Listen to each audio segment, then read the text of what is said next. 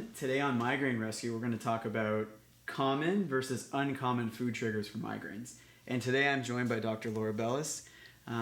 So we've all, I think every migraine sufferer is well aware that foods can trigger migraine attacks. When we go to the doctor, whether it's our neurologist or a GP, at least with my experience, I was told the same thing. Avoid cheese, avoid chocolate, maybe avoid coffee or don't avoid coffee, avoid red wine specifically, anything that's sort of aged, whether it's a meat or, again, cheese. But I know being in the realm that I'm in, there's also these uncommon food triggers that we can touch on that cause IgG responses and your body just doesn't react well to them. So maybe you could go over the difference between why are those food triggers considered common and you're getting told to avoid them? And then two, what would be the uncommon food triggers? Yeah, so I think you're right. A lot of people are aware of that classic food trigger list. All of those foods that you mentioned or food categories contain a compound called tyramine, which is a molecule that can actually trigger, for lack of a better word, like an inflammation type response in the body. Okay. Similar in some ways to like an allergy, a histamine response. Things kind of get elevated, and then of course it can actually just spark that onset of a migraine.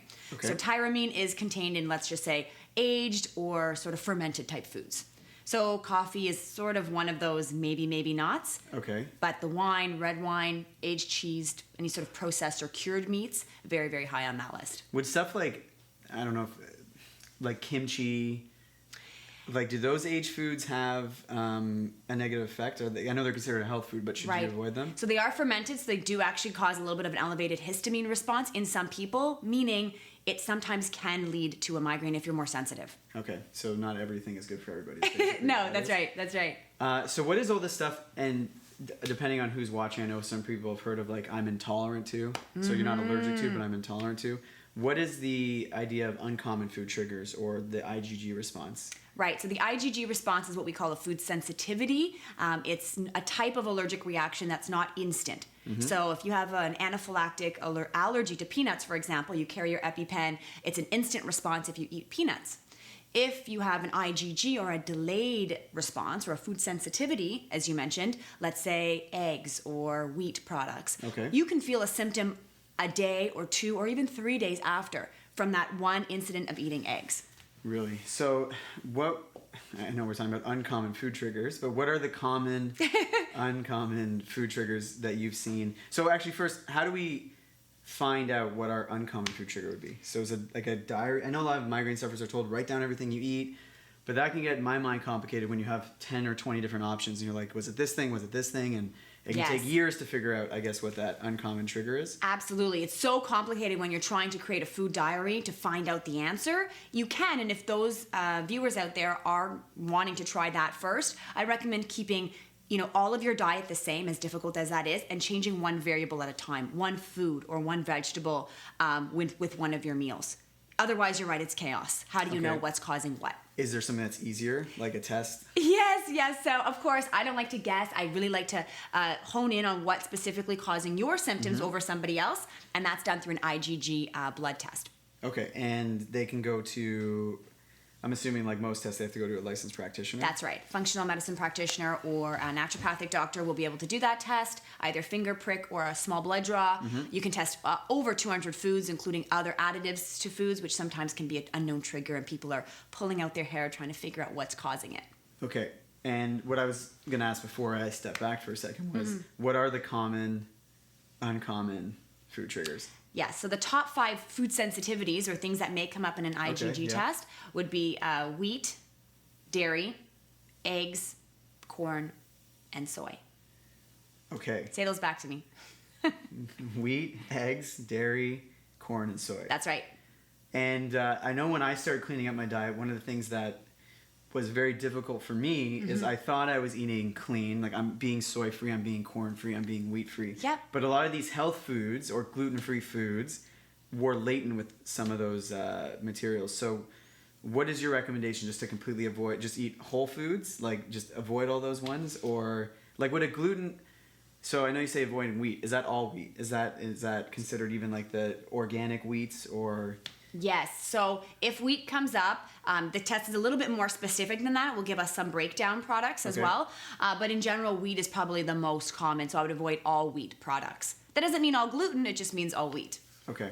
And then soy would be the same thing, corn, dairy. That's right. So try that for a little bit first, those top 5, see how you feel. But you do want to make sure you're giving yourself enough time, 2 or 3 weeks, to say, okay, have I had a decrease in my migraines? Yes, no. And if not, then it actually makes a lot of sense to go ahead with a test. So if you guys are like me, one thing I don't ever want to have is a life sentence to something. Yes. So if I do an IgG test and all this stuff pops up, is that it? Am I done forever? Or are there things that we can do to make those no longer a trigger? Really good point. And a lot of times patients will be like, do I have to avoid this for the rest of my life? The reason why some of us are sensitive to some foods is we do have a gut issue. So there's a potentially leaky gut situation where food molecules are passing through, causing a migraine, causing some sort of pain. Is it correctable? Yes, with working with a practitioner. In many cases, we can either reduce or eliminate that sensitivity altogether. So, I guess I like to do this at the end of everything, is like, what can people do at home right now? So, not to say that you have to cut out all these common, uncommon. No. But let's say they can't run and get a test done. Is there any negative for people cutting out those foods if they just want to try it? Absolutely not. There's a lot of value in reducing those foods, but you do want to make sure that you're incorporating enough of a balanced diet with the foods that you have left. So if you eat a lot of wheat and dairy and eggs, replace those foods with healthier sources of lean protein, fruits and vegetables to support you throughout the day. Okay. And is there anything you can recommend, as much as we're going to talk about this, I think, in another video, what can people do to start getting their stomach to working a little bit better? If you think the gut is an issue, is there any favorite foods you have that can help heal it? Is there any sort of supplementation they can do? Is there meal timing? Like what? Yeah, that's a big question, because a lot of times people will run to probiotics or fermented foods or glutamine, but it really is individual. Some guts are not ready for that, and you sometimes want to clean the slate first, decrease that inflammation before going in and starting the healing process. Okay. One thing I tried in my life, maybe you can tell me if I'm doing it right or not, is I noticed that my digestion was a little off. I was getting gas and bloating. Yes. And I found, since putting in this tool, my migraine attacks have actually reduced, was apple cider vinegar before every meal. So I put a little bit into water. Is there any validity to that, or?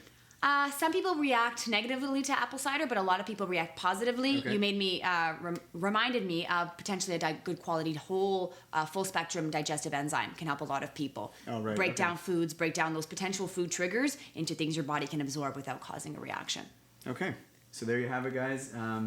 I guess as a summation again, so there's some foods that everyone knows causes migraines. They're the hidden ones that you can have that are probably unique to you. I guess, as you're saying, the best way to figure those out is to do some testing. Food journals are useful, but they can take some time to be effective. And if it is a cause, you probably have some sort of gut issue that you can work on with a professional. And then I guess as a start, you can start using a full spectrum digestive enzyme or something like apple cider vinegar.